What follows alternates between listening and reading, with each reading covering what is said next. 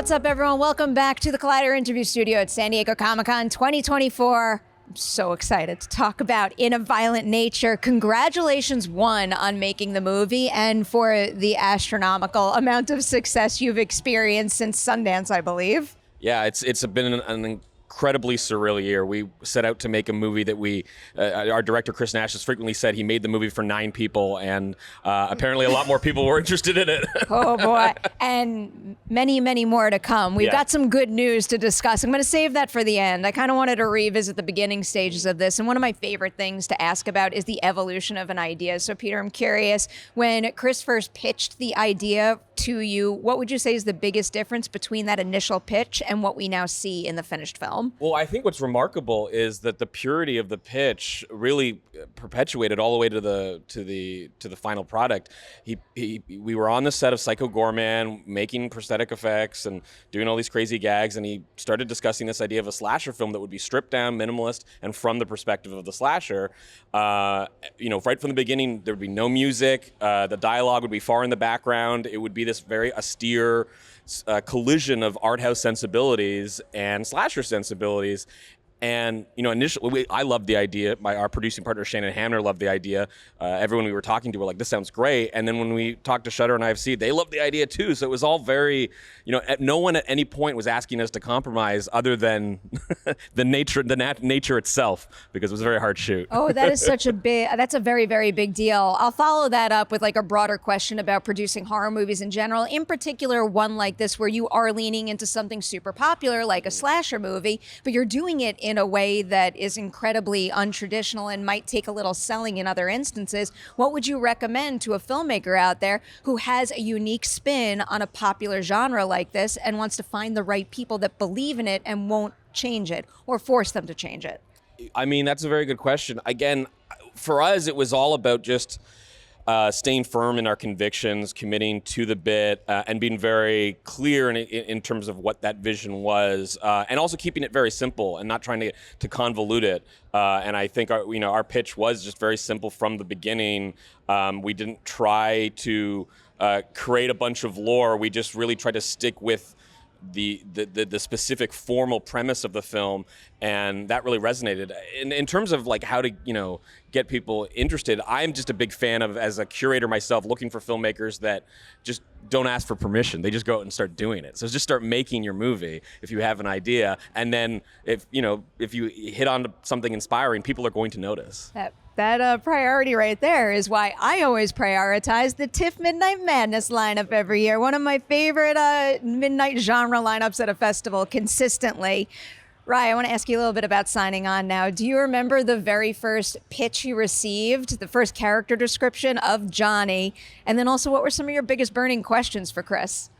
Yeah, I mean, I was aware of, we knew each other, and I was aware of a lot of the work that they had done ahead of time. So when I got the email, I got an email from Shannon, and I was immediately like, oh, I'm in. I'm like, and then when they explained the actual the premise for it and the fact that it was going to be a flipping of the script and then reading the script itself, and to add to what Peter was saying too, like when I read the script and everything was in there, I was just kind of thinking, I was like, if they're actually going to pull this off, because a lot of times in the script, it doesn't end up on screen.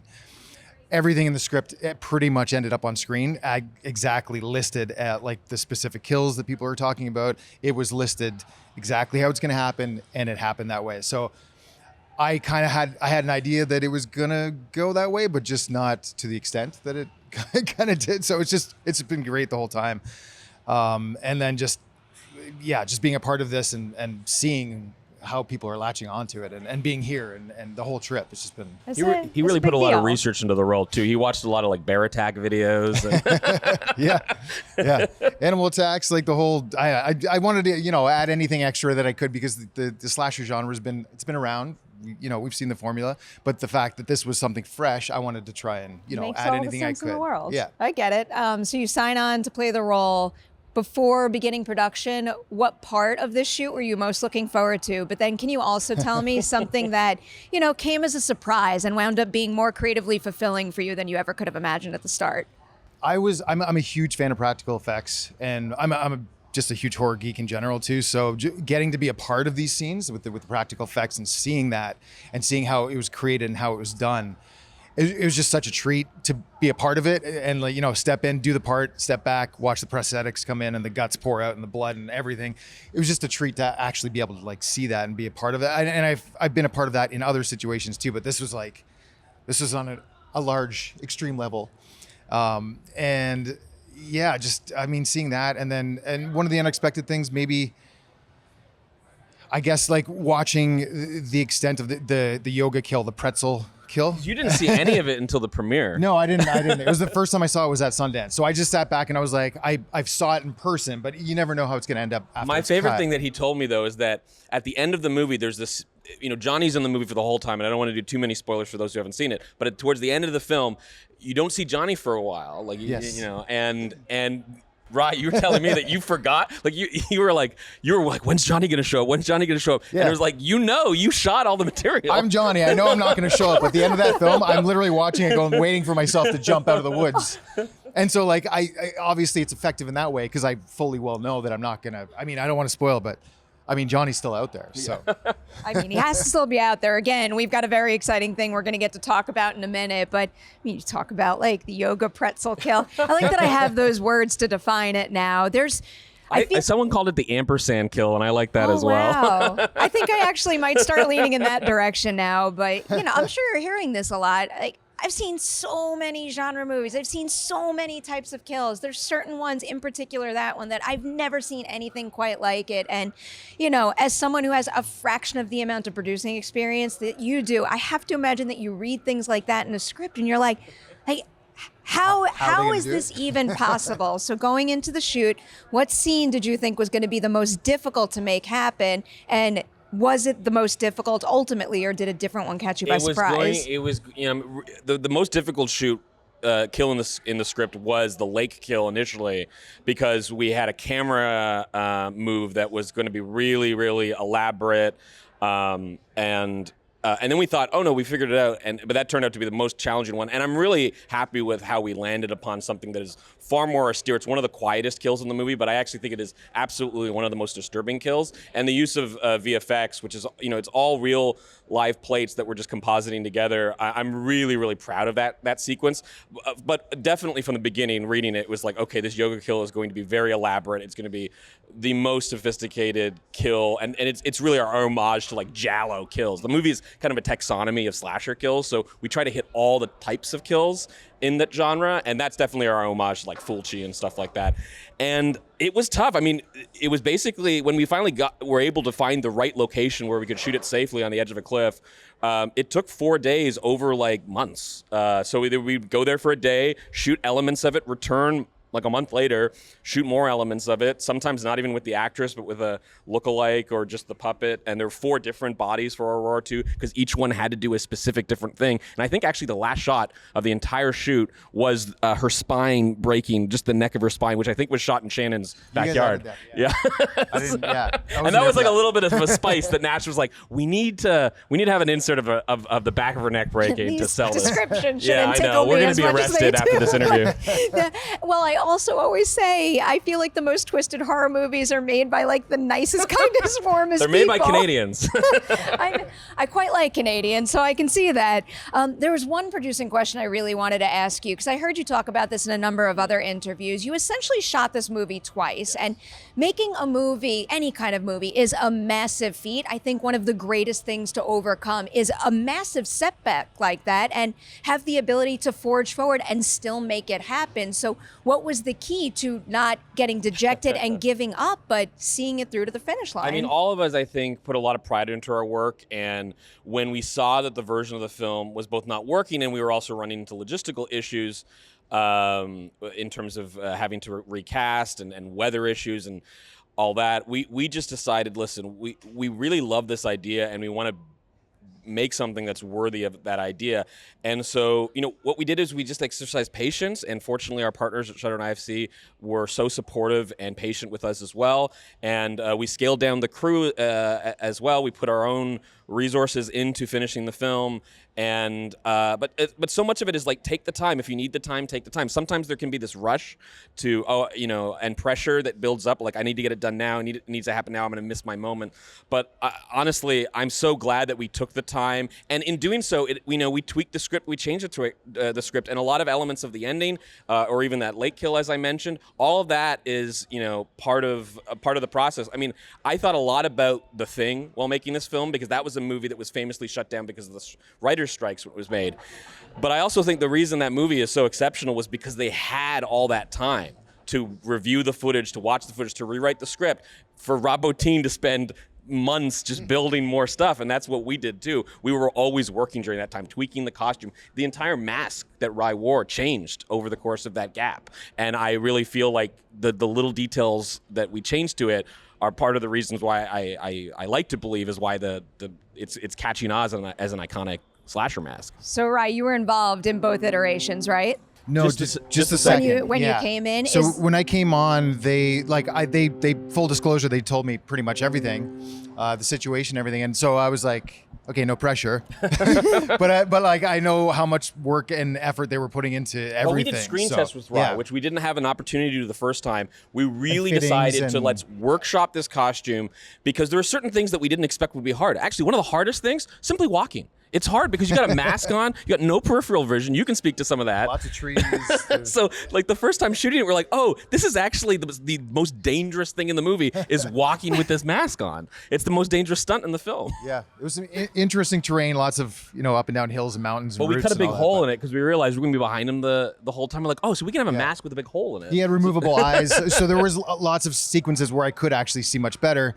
But then you got the tree branches, and you don't want to move as John. You want to just walk the line. So I would just close my eyes and walk. He needs to be forward like a shark, like Jaws. Can you talk a little bit about finding the right physicality for him, the specific way he walks and moves, and maybe some variations in the physicality of each kill?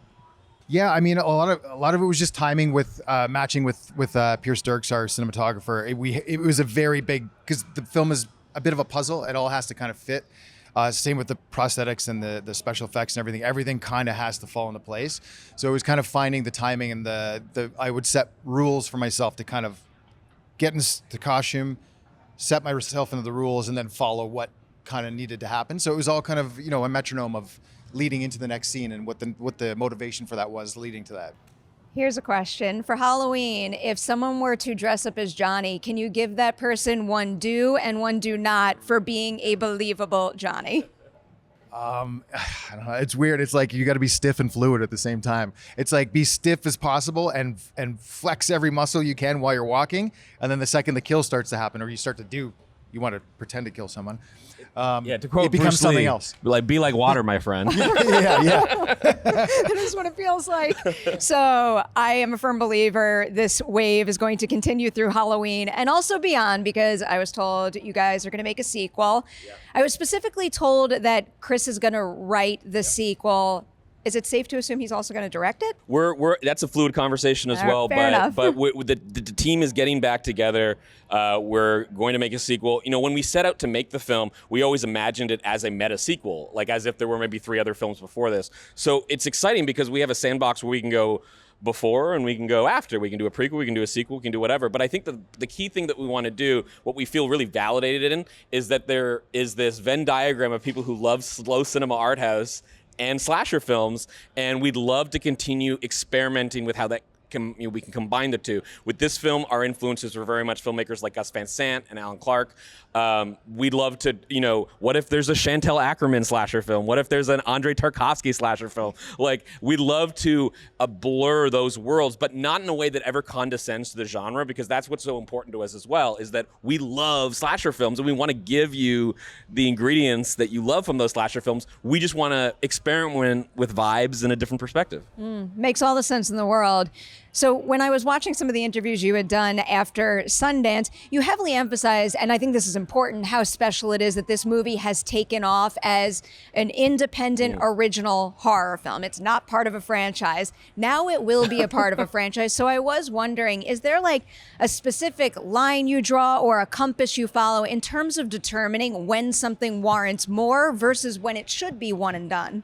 I mean, I mean, sometimes that's the audience's decision, and it's very clear It's true. that the audience wants to see more of Johnny, wants to see more of this character, and that they like the form that we're playing in. And I mean, I also just love, I love horror franchises because I feel.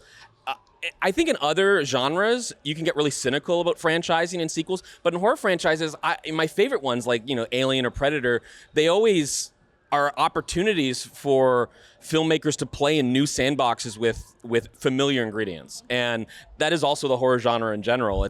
People have an idea going in of what to expect, but the delight and the surprise is seeing these new variables. And I think Johnny is a perfect conduit for that, so I'm really excited. My mind is going down this path now. For each of you, if you could snap your fingers right now and restart or bring back a horror franchise that has not been made in a number of years, what franchise would you pick and why? Oh, it's a very good question. There's a lot of... I sometimes look at, I was going to say Trancers, but I don't know if that's enough of a horror franchise. It's more sci-fi, but it's definitely from Charles Band's studio. I'm going to say My Bloody Valentine. Yeah. Because it didn't get a whole lot of, Yes, it had a please. remake, semi-sequel, quasi. It's another Canadian slasher film. Yeah. Love the kills in it. Love the slasher. That would be my go-to, I guess. Yeah. My dream is coming true with Final Destination coming back. Oh, I'm It was very excited about that. 10 plus years. It's about time. I want, and in terms of a recent franchise, where's Malignant 2? I want another Oh, yeah. Malignant. I will ask that question until the day James Wan makes that movie happen. I need a Malignant 2 so badly. I want Definitely Malignant up for versus that. other characters too, like Malignant versus Upgrade.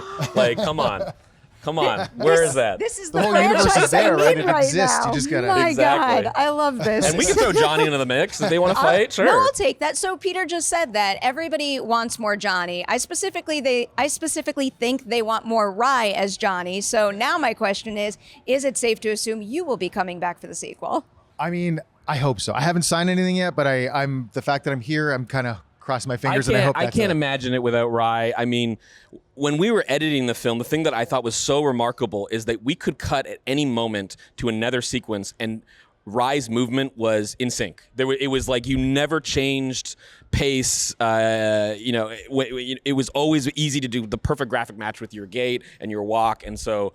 I don't know. We really lucked out with Ryan. I can't imagine anyone else in the role. I'll work to speak this into existence even more. Rye, is there anything you started to tap into with Johnny in film 1 that you would be most eager to explore further or push further in film 2? Yeah, I mean, everything. Because now that I've kind of established what I'm kind of doing with him, it would be fun to just, see what the new experience, it comes down to the script. You look at the script and you see what's there, and then try to add or, collaborate with whatever you can. If we ever do a Terrence Malick version, maybe he can have an internal monologue. Just a shot of Johnny's mask. Chris Nash is watching this right now going what are you doing? What are you saying? That's one thing that I always pitch with horror franchises, though. It always feels like it's a great opportunity to continue a franchise, but in different style, almost like an anthology style rather than a straightforward linear story. I'm really inspired by what the original vision of John Carpenter's Halloween was to actually do an anthology series. I think we will definitely want to keep Johnny in all of them, but I love that idea, that impulse Yes. of let's actually tell different stories. And actually, I mean, this is a hot take at Comic-Con. I actually really quite enjoyed Halloween Ends because I was free Halloween from I did too. from the pressure to be one kind of thing. I'll take that. So Season it of does. the Witch is one of my favorites. Yes. It's Season of the great. Witch And it just opens up so many doorways and freedom to just kind of explore too, right? So yeah.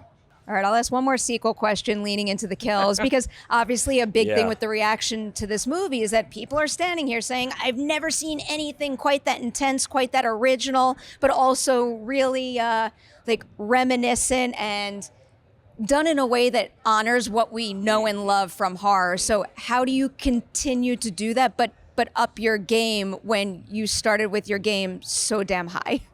I mean, this is going to be a job for Chris, but I think the whole team is really interested in having that conversation and supporting it. But, when Chris set out, writing that script, I mean, he said this in Q&As. It wasn't like he got to the yoga kill and was like, this will be the big scene that everyone talks about. He really was just thinking through things logically. in the sense is like, well, I have these tools. How would I use them in a way that is kind of interesting and I haven't seen before? You have to realize Chris Nash and Stephen Kostansky were the prosthetic supervisors on this film as well. They have worked in a lot of movies and they're just so familiar with throat slash. It's always the same kind of gag. And so they're just always thinking, well, what about this? What about something that's a little left of center? And I really feel like when Chris sits down to write, that'll be the approach. It'll be simply, I'm going to write the story, I'm going to write the trajectory, and then at any moment in which I can kind of go askew or zigzag a bit, he'll allow himself to do that. And I think in doing so, we'll get somewhere pretty strange. You get really intelligent, creative, practical effects guys who've seen everything. They're going to think of something fresh. Like they're going to come up with something cool. So I've got all the faith in the world. I lie. One more sequel question. It kind of puts you on the spot. Do you have any kind of timeline in mind or a dream start date? We plan on going into production next year. Yeah.